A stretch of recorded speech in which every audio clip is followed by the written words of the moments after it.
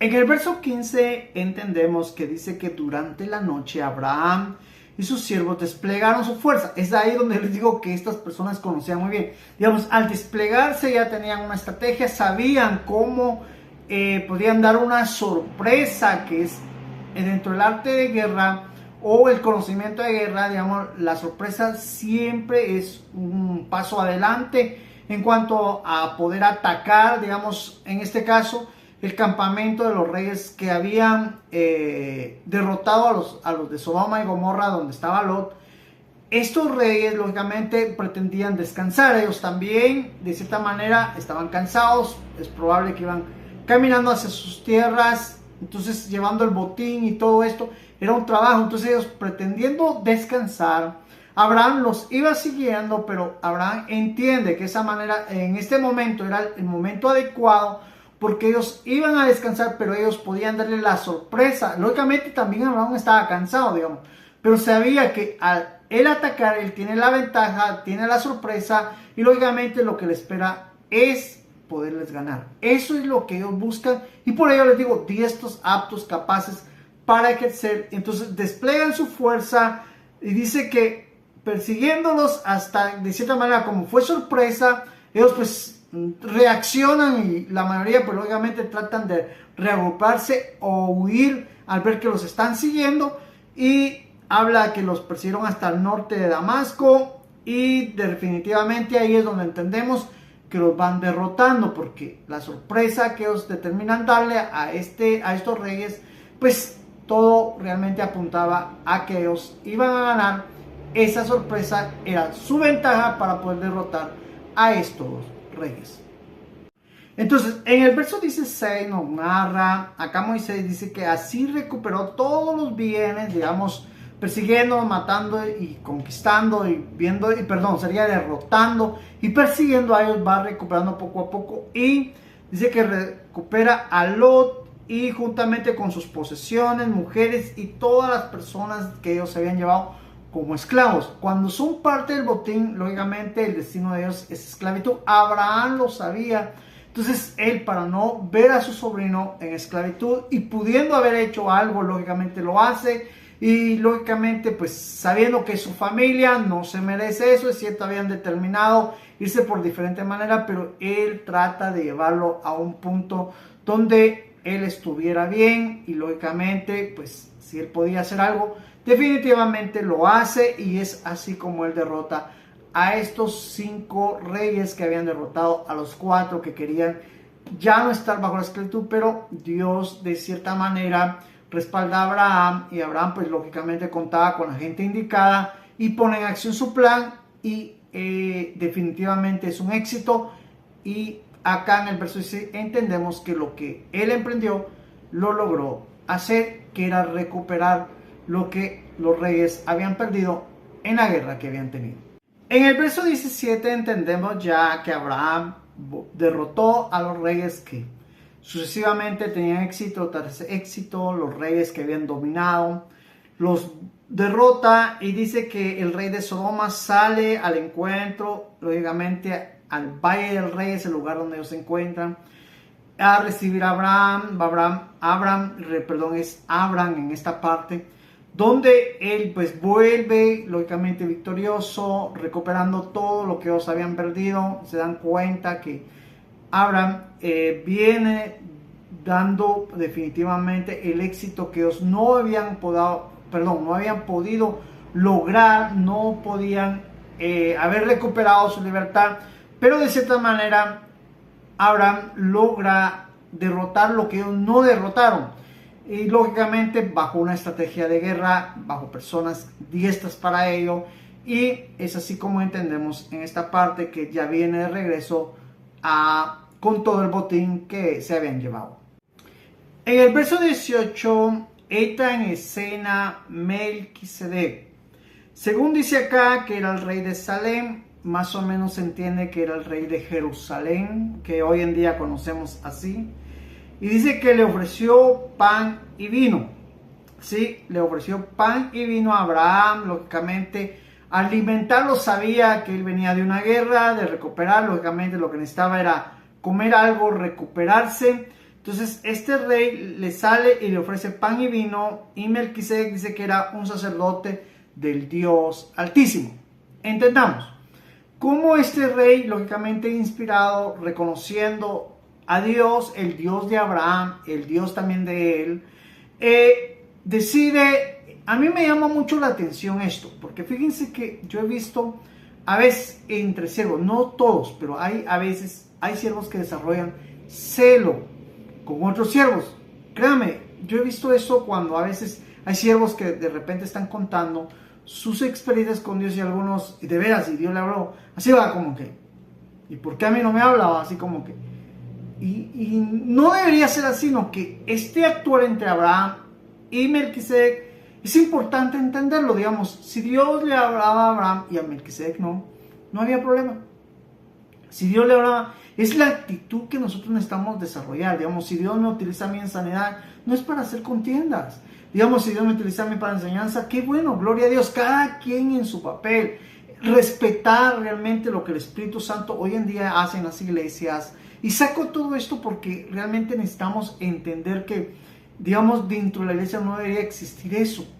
Pero a veces hay competencias dentro de la iglesia. No, que yo soy más usada, que a mí me habla más Dios, y qué raro que a mí no me lo ha revelado, pero a usted sí. No debe ser sorpresa cuando Dios utiliza a alguien y a mí no.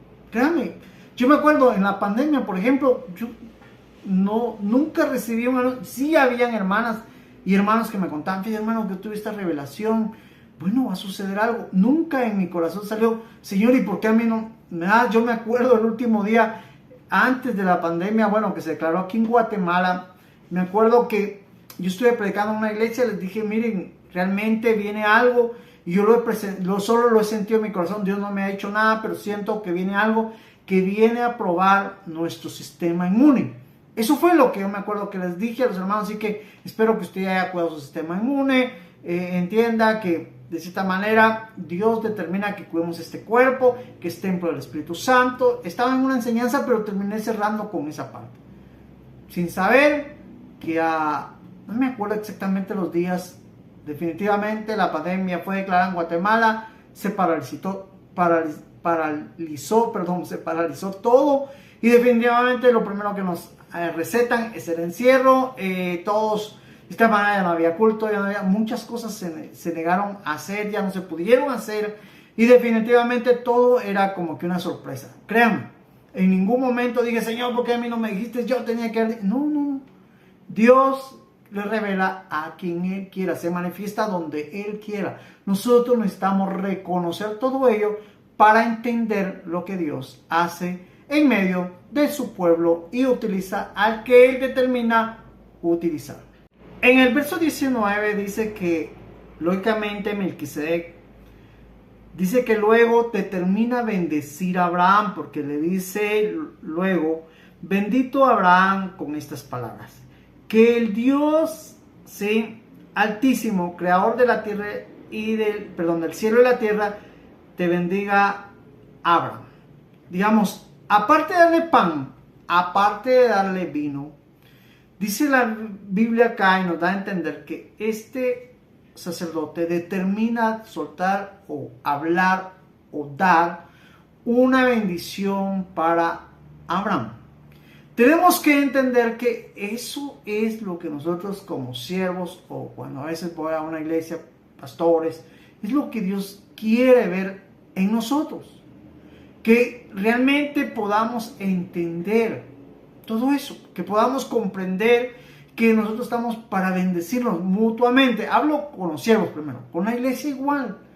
Digamos, no se trata de que nosotros, de cierta manera, ellos son, digámoslo así como en Guatemala, ellos son de la asamblea, ellos no son del evangelio completo, ellos son de Venezuela, ellos son de Filadelfia, digamos, no se trata de eso. Necesitamos realmente entender sobre la convivencia que podemos desarrollar como iglesia. Y eso es importante entender. Les hablo todo esto porque hay algunos, créanme, yo me he topado con hermanos, me acuerdo una vez haciendo un culto en una iglesia, y me dice una hermana, lógicamente, que era en la iglesia que estaba, y se estaba poniendo de acuerdo conmigo respecto a hacer un culto. Entonces yo le termino diciendo, mira hermana, pues involucremos a otras personas, aquí está el hermano, está la hermana. No, ellos no son de la iglesia. Y no, hermana, créame, Nosotros tenemos que aprender a involucrar a otros. Y bueno, al final ella, no muy convencida, aceptó, porque a ella, más que todo, bueno, me contó, es que a mí me han dicho que es así, así, digamos, solo de la iglesia. No, le digo, tenemos que aprender a superar esto, y le expliqué. Y créanme, al final ella cuenta su testimonio y dice, ya cerrando el culto, dice, de veras, hoy vine a aprender algo que necesitaba aprender. Necesitaba entender que todos somos el cuerpo de Cristo, todos somos parte de lo que Dios puede hacer como iglesia de Cristo, no como misión, no como, digamos, cierta denominación, no, como el cuerpo de Cristo. En el verso 20 dice que sigue el sacerdote y dice, bendito sea el Dios Altísimo, que te entregó a tus enemigos, en tus manos a tus enemigos. Entonces Abraham le dio el diezmo de todo. Yo sé que para los que nos gusta hablar del diezmo, muchas veces utilizamos esta podríamos decir, cita bíblica para dar a conocer el diezmo. Pero tenemos que entender que este sacerdote llegó a bendecir. Este sacerdote reconoció a Dios y la obra de Dios en Abraham. Necesitamos entender que él discernió, pudo percibirlo, lógicamente bajo la guianza de Dios. Ahora, no bajo información, no bajo averiguaciones. Les digo todo esto porque a veces pasa eso. Bueno, les digo porque conocí a alguien que hacía eso, averiguaba y después, miren, dijo el Señor. No se hace eso, digamos, no se trata entonces de hacer eso. Tenemos que entender que bajo la unción, bajo la guianza de Dios, hacemos eso. Y lógicamente dice que Abraham sería el nombre de acá, reconoce al sacerdote, entiende la bendición, comprende que este es un sacerdote representante de Dios y determina diezmar porque entiende que lógicamente es así, lo que él está diciendo es así. Dios le dio la estrategia, la inspiración, la forma, la fuerza, porque él también estaba cansado, el ejército estaba cansado, pero aún así, dentro de esta fuerza que no tenía, sacan un esfuerzo, que es la fuerza que Dios puede darte cuando no la tienes, para poder, en este caso, ellos derrotar a sus enemigos, a los que habían tomado, a los que tenían a Lot. Y entonces él determina agarrar, recuérdense, el botín en este momento ya no era de los reyes que lo perdieron. Primero eran de ellos y pasó a los reyes que ganaron la batalla, y cuando ellos lo tienen ahí, Abraham los derrota y pasa a manos de Abraham. Digamos, él es el que tiene en este momento, porque lo fue a recuperar, el dominio, tiene la potestad y la autoridad. Entonces, una actitud que él determina hacer por agradecimiento a Dios es diezmar lo recuperado. Y entendamos algo, para entonces algunos creen que no se hablaba de diezmo. Lógicamente, si ellos tenían relación con Dios, sabían que era necesario diezmar. Lógicamente, miren, es que Dios, miren, cuando nosotros somos siervos de Dios y entendemos la obra de Dios, no es que le estemos dando dinero a Dios, digamos, nosotros somos conscientes, Dios no necesita dinero, pero sus siervos sí lo necesitan. Es una forma que Dios ha determinado para honrar a sus siervos. Pero estamos hablando de sus siervos. Ahora, entendamos. Por eso decía, Abraham reconoció, entendió que este varón, este sacerdote, era un sacerdote de Dios. Entonces, él al reconocer y al entender lo que está, determina dar los diezmos. Eso es importante. Es importante que entendamos que es importante darle los diezmos a una persona que los va a administrar para la evangelización, para arreglar una iglesia, para, digamos, el diezmo tiene un destino, no para el carro del pastor, no para los hijos del pastor, no. O puede ser una parte, pero no todo. Cuando hablo de administración es una persona que sabe gastárselo en lo que necesita toda la iglesia, no solo una iglesia.